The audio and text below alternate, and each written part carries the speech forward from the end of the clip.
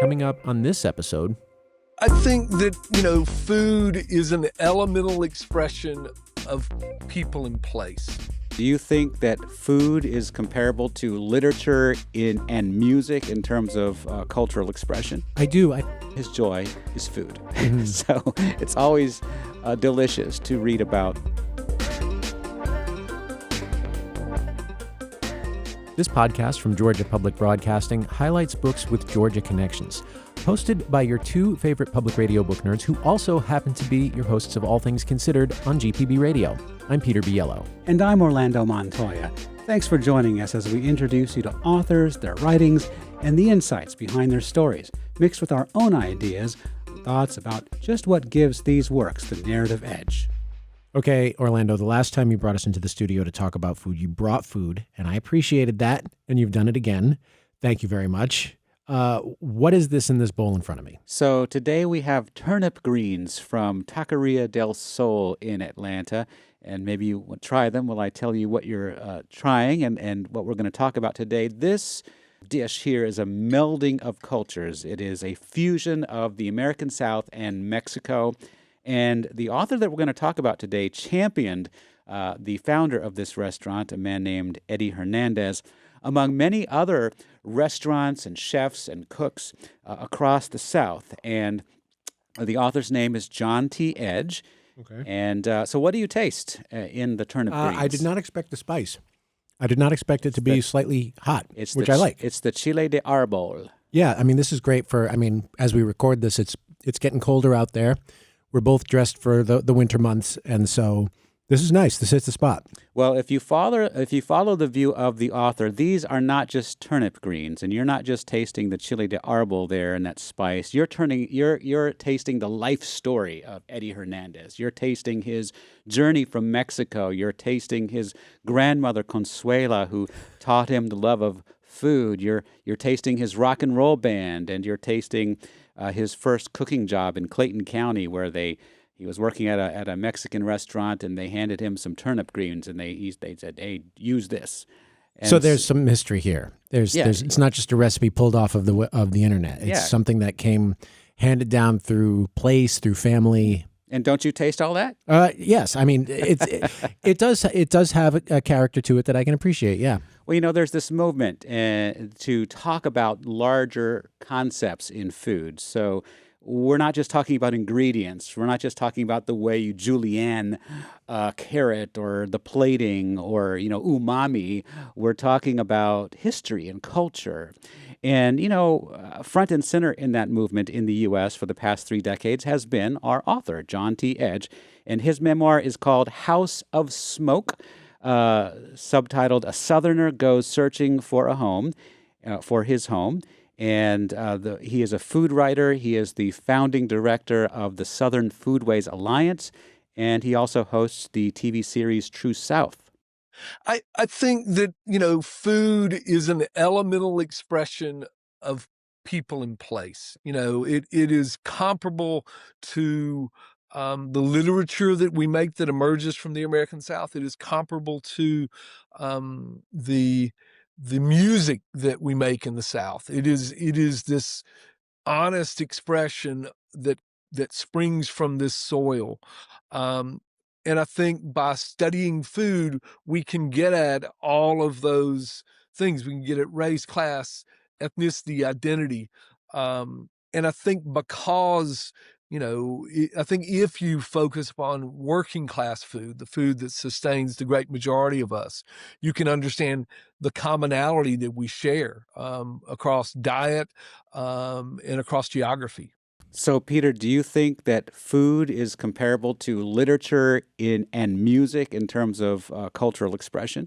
I do. I think that food and music are more able to be appropriated by other groups than literature is per se. But yeah, I do think it's comparable. In my opinion, I share your opinion. Food is a cultural expression. I enjoy this deep dive food media as well. I'll recommend PBS Food. They do that a lot. But sometimes I also think, can't a biscuit just be a biscuit? Can't a brisket just be a brisket? Well, perhaps it can, but maybe it wouldn't taste as good. Yeah. You can kind of tell when something's made with the knowledge of, like we were talking about before, the people who've come before you, or whether it's simply just ripped off the website. And at the same time, I don't want the PBS barbecue guy, I think his name is Steve Reichland, to, go from talking about rubs and sauces to talking about race and class. There's a time and place for these kind of things. Yes, fair. And you have to do it very carefully. You have to do it very tenderly. And I think that John T. Edge has that tender and careful touch. Okay, so John T. Edge, this is a memoir. So tell us more about him. So I started hearing his name, I guess it was in the early 2000s when I was in Savannah, and a number of folks in Savannah were involved in the Southern Foodways Alliance, and they were telling me all about it. The Southern Foodways Alliance was formed in the late 90s to document, study, and research Southern foodways. And they do that through oral histories, they do that through symposiums, they do that through writings, they also have a podcast. So their job basically is to preserve and share knowledge of Southern foodways. And that's what John T. Edge is most known for, at least in my opinion. I think a lot of people might know his writings. He's been on all the magazines, Garden and Gun. I think he also had a series on NPR for a little bit. That's what he's most known for. So to make the Georgia connection explicit, so he was from Savannah or the Savannah area? No, John T. Edge is from Jones County, and he grew up there, and he talks about that in his book here. Got it. So is this worth a memoir? What's in there? So I definitely think that he's worth a memoir. It's, every writer should ask himself or herself before they sit down and write a memoir, should I do this? Is it going to contribute something? And Edge decided that, yes, his story was worth a memoir after he wrote a 2019 article in the Oxford American. It was called My Mother's Catfish Stew. And it was about the stew, but it was also about his mother, frank and honest discussion about his mom. I wrote that magazine piece to introduce our son to my mother, whom he never knew, as he was going off to college. And in doing that work, so many people came up to me saying, whether it was the theme of the South in my book or the theme of my mother in the book, that magazine piece introduced them to those ideas. When they read that magazine piece, people came up to me and said things like, I grew up in Texas and my mother's drug of choice was barbiturates, but I understand your story. I can see some of my own story in your story. And that convinced me that maybe this memoir I might write wouldn't be selfish, but might be generous. And I hope that's the way people read it, because that's what I intend. So I'm guessing his mother had some substance abuse issues. Yes, and that's part of her catfish stew. And also part of her catfish stew is her joy, her love of history and historic preservation. She was somewhat of a historic preservationist in Jones County, and she had a gift for storytelling. So John got that from her as well. The memoir gets into all aspects of his life, the good and the bad. Okay, so memoirs can often, though, fall into traps like being a list of events that aren't really connected. They're just, this is stuff that happened to me, or maybe it could be a little self-aggrandizing. Does this book fall into common memoir traps? I would say that the book mostly avoids these traps. Mostly doing a lot of work there. There were clear themes in the book. It had the clear theme of his house that he grew up in Jones County. He grew up in a antebellum house that was owned by a Civil War general, and so the house kind of haunts him in the book. It comes up a lot. Food, obviously, is a theme in the book, the barbecue joints and the places that he would visit. So there were clear themes. It wasn't just a list of events. It was not boring at all. It kind of had a crescendo to it, just like a good book does. A crescendo, okay. There was, this one chapter that all the other chapters kind of lead to. And in that crescendo chapter, he's self-effacing, I think. He's humble and really, I think, restrained toward some of his critics. Not all of his critics, but most of them. So, what's the frame of the memoir, would you say? I mean, memoirs, you can write multiple memoirs about your life, depending on what frame you're looking at. I mean, is this addressing a particular mission of his, a goal in his life that he achieved, or something similar to that? I think it's sort of a manifesto for his life, defending the work that he did, promoting the work that he did. But the frames are the house, the food, and the Southern Foodways Alliance. Okay.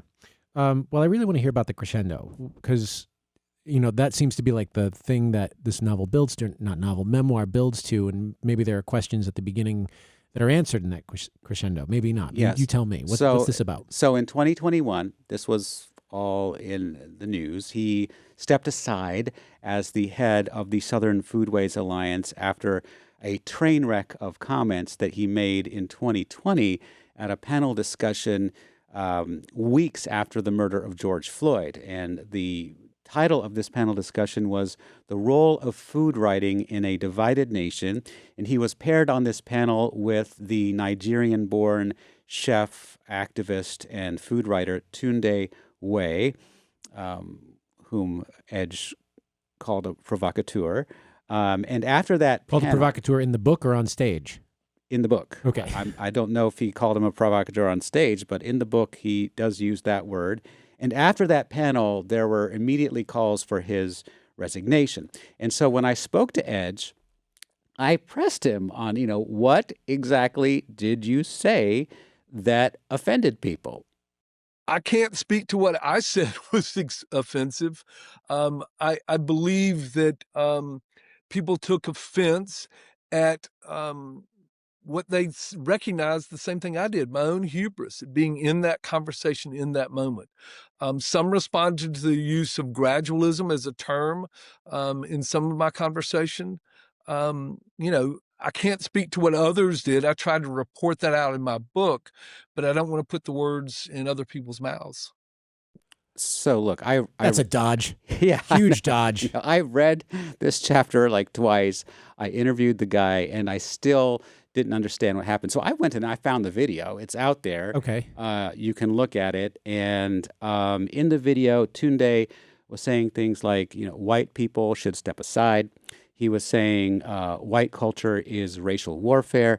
And Tunde said that. Tunde was saying that. And Edge was more moderate. He was more gradual. So that's the gradualism comment. Yes, he was. He Again, used, that raised more questions than answers for me. Like, what do you mean? What are we talking about when we're talking about gradualism? He was, expressing biracial unity and this kind of thing. And Edge's critics were not having any of this moderation.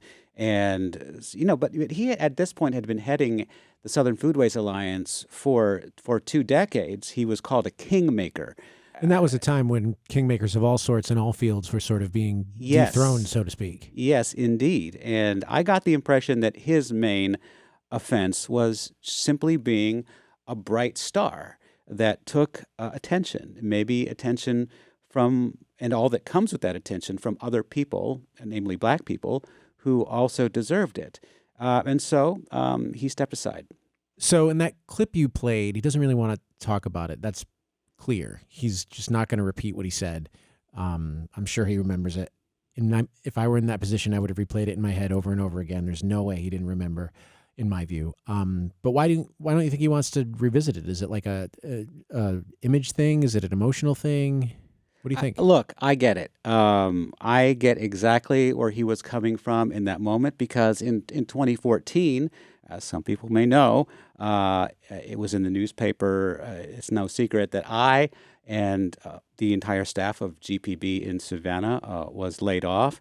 And for years and years after that, everywhere I went in Savannah, people wanted to ask me, why did they do it?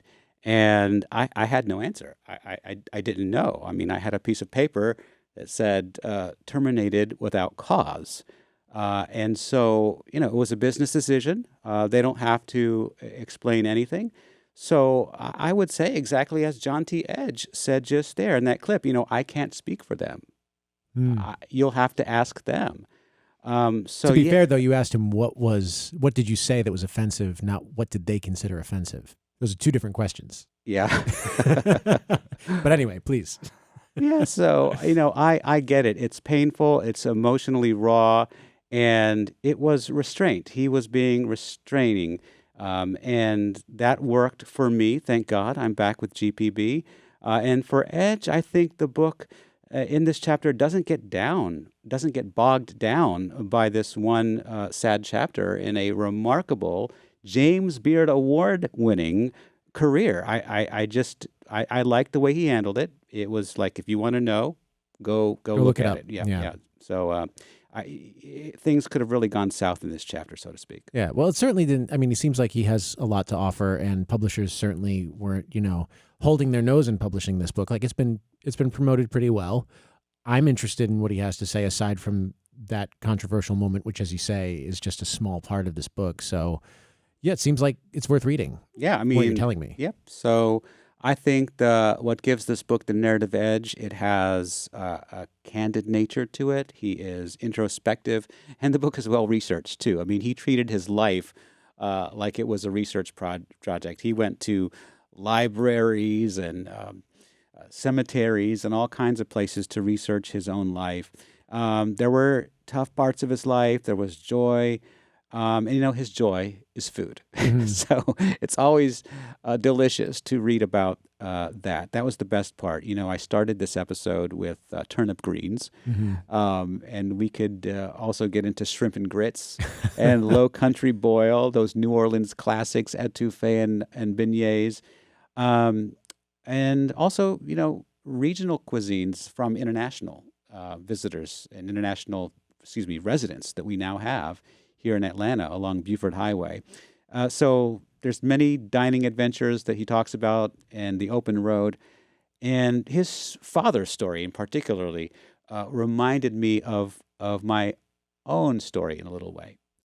My father he was a federal probation and parole officer. So he met with parolees, he met with judges and sheriffs. And that meant he traveled all across middle Georgia, up through Athens, down into South Georgia around Valdosta and Albany. And he fell in love with barbecue driving those back roads. And, he didn't want to waste a meal. So if he's in Greensboro on a Tuesday around noon, he knew where he was going to pull into to get chopped barbecue on white bread and a Brunswick stew. And back in Savannah, when I was there for 23 years, and again, put a coin in the jar. Put a You coin mentioned in Savannah. Yeah. Put a coin in the jar every time I mentioned Savannah. Every time I visited a little town, I knew that entire region. Every little small town, every courthouse square, every back road, and the larger cities, all the neighborhoods. So it reminded me of that. And it reminded me of the dining adventures that I'm now having, here in Atlanta. Yeah. Well, let's say you don't know who John T. Edge is, never heard of him before. Why would someone pick up this book?